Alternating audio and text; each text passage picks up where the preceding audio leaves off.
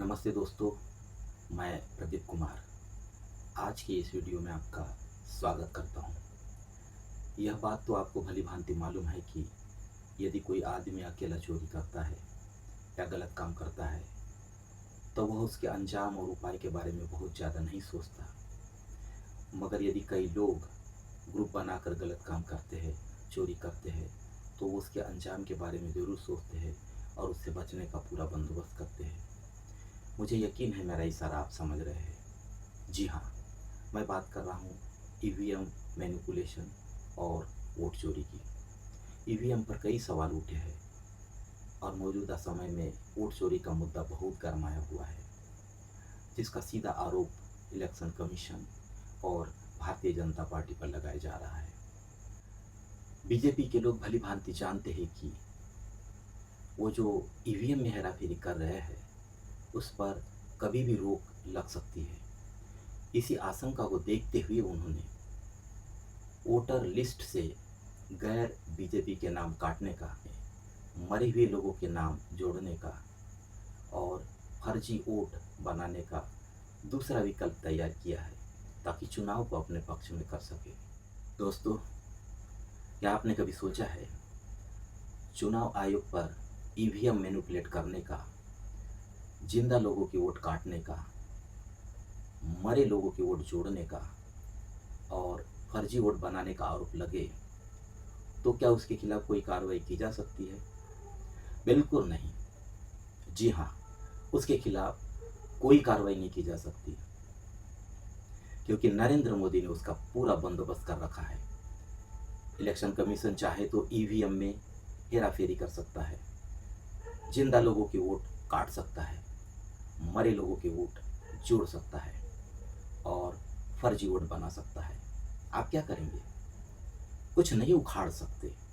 मेरा मतलब कुछ नहीं बिगाड़ सकते ज्ञानेश कुमार का, क्योंकि 2023 में मोदी सरकार ने एक ऐसा कानून पास किया है जिसके सहारे बेईमानी कर आसानी से चुनाव जीता जा सके। आइए इस पर चर्चा करते हैं। पहले चुनाव आयोग से संबंधित एक कानून था, election commission condition of service of election commissioners and transaction of business act 1991। Modi सरकार ने 2023 में इसे बदलकर एक नया कानून लाया है, chief election commissioner and other election commissioners appointment condition of service and term of office act 2023। अब सवाल यह उठता है कि आखिर सरकार को पुराना कानून बदलकर नया कानून लाने की जरूरत क्यों आन पड़ी? मैं नए एक्ट के आर्टिकल 16 को पढ़कर सुनाता हूँ, आप खुद समझ जाएंगे।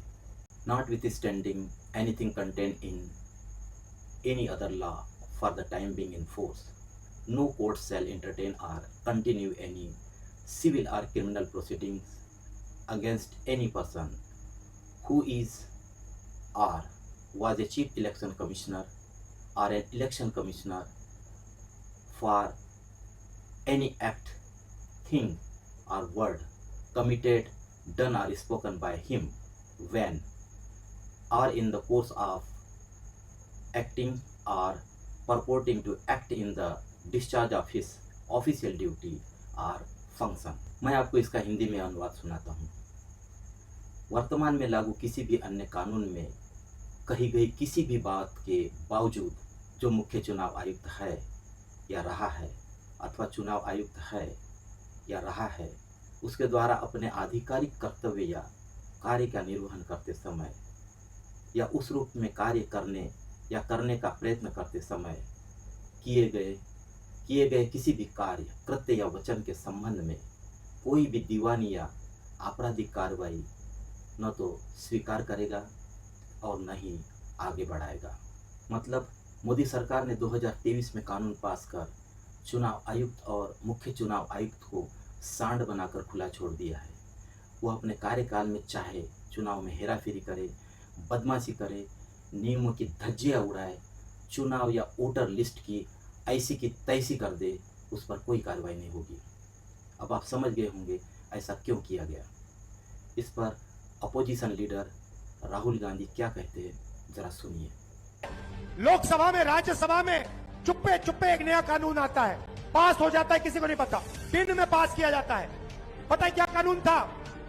कानून था कि कुछ भी हो जाए, इलेक्शन कमिश्नर कुछ भी कर दे, उनके खिलाफ कानूनी कार्रवाई नहीं की जा सकती। अब आप मुझे बताओ, ऐसे कानून की क्या जरूरत? अगर ईमानदारी से इलेक्शन कमिश्नर काम कर रहा है तो ऐसे कानून की क्या जरूरत? इलेक्शन के दौरान उंगली पर लगाई गई शाही सिल्वर नाइट्रेट से बनाई जाती है, जो मृत कोशिकाओं में धब्बा बनाती है, और जब तक ये कोशिकाएं खुद न निकल जाए दाग बना रहता है। शाही बनाने वालों ने उंगली की शाही जल्दी निकल जाए, इसका भी पूरा बंदोबस्त कर रखा है। जरा यह वीडियो देखिए। Controversy that people are complaining that the ink is disappearing off their fingers. I've just got a message that from a friend who says in 45 minutes the ink has come out. We're going to go live to. अब तो आप समझ गए होंगे, चुनाव आयोग पर किसी पार्टी विशेष को फायदा पहुंचाने के उद्देश्य से ईवीएम में छेड़खानी करने, फर्जी वोट बनाने, जिंदा लोगों को वोटर लिस्ट से डिलीट करने और मरे हुए लोगों को वोटर लिस्ट में शामिल करने के गंभीर आरोप लगे, कोई कानूनी कार्रवाई नहीं हो पाएगी। सवाल यह है कि आखिर ऐसा कानून क्यों बनाया गया। 2024 का लोकसभा चुनाव 19 अप्रैल 2024 से 1 जून 2024 तक 7 चरणों में संपन्न हुआ। अब सवाल यह उठता है कि इलेक्शन के दौरान इतना लंबा गैप होने से क्या जो डुप्लीकेट वोटर बनाए गए थे उनके उंगली की स्याही मिटाकर दूसरी जगह वोट डालने भेजा गया? यहाँ भाजपा की दूसरी चाल को समझते हैं। वह सिर्फ लोकसभा चुनाव में गड़बड़ी करती है, विधानसभा चुनाव में नहीं करती, ताकि कुछ राज्यों में गैर बीजेपी सरकार बनी रहे और वह दावे के साथ कह सके कि हमने यदि इलेक्शन में गड़बड़ी की तो पंजाब, कर्नाटक, मिजोरम, तेलंगाना में हमारी सरकार क्यों नहीं आई। बीजेपी चाहती है कि केंद्र में उसकी सरकार बनी रहे ताकि पूरे देश पर उसका शासन रहे। अगर कुछ राज्यों में गैर भाजपा सरकार रहती भी है तो केंद्र में उसकी सरकार रहने से वो उसके अधीन ही रहेगी। इस बात पर पक्की मुहर तब लगती है जब डॉक्टर पराकला प्रभाकर कहते हैं कि बीजेपी जानबूझकर बिहार का इलेक्शन हारना चाहती है ताकि वह राहुल गांधी द्वारा उठाए गए वोट चोरी और ईवीएम मैनिपुलेशन के मुद्दों को गलत साबित कर सके। बीजेपी जानबूझकर हारने जा रही है।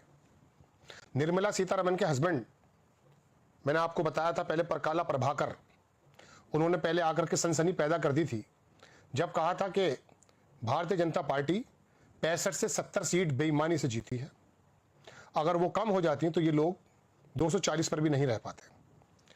ये उनका इंटरव्यू चल रहा है साहब। लेकिन इसमें इन्होंने कहा कि BJP is planning to let the opposition win in Bihar. BJP की प्लानिंग चल रही है कि वो अपोजिशन को बिहार का चुनाव जीतने दे। डॉक्टर पराकला प्रभाकर न सिर्फ एक अर्थशास्त्री है बल्कि सत्ता के खेल को बहुत करीब से जानते हैं। वे वित्त मंत्री निर्मला सीतारमण के पति हैं। उन्होंने इलेक्शन कमीशन के कारनामों पर कई सवाल उठाए हैं। मैंने इस वीडियो में कुछ तथ्य आपके समक्ष रखे हैं। यह सब किस ओर इशारा कर रहे हैं और इसका मकसद क्या है? कृपया अपने विचार कमेंट में जरूर लिखें। अगर यह वीडियो पसंद आई है तो लाइक और शेयर करें, साथ ही चैनल को सब्सक्राइब करना न भूलें ताकि इसी तरह के आने वाले वीडियो की नोटिफिकेशन सबसे पहले आपको मिले। धन्यवाद।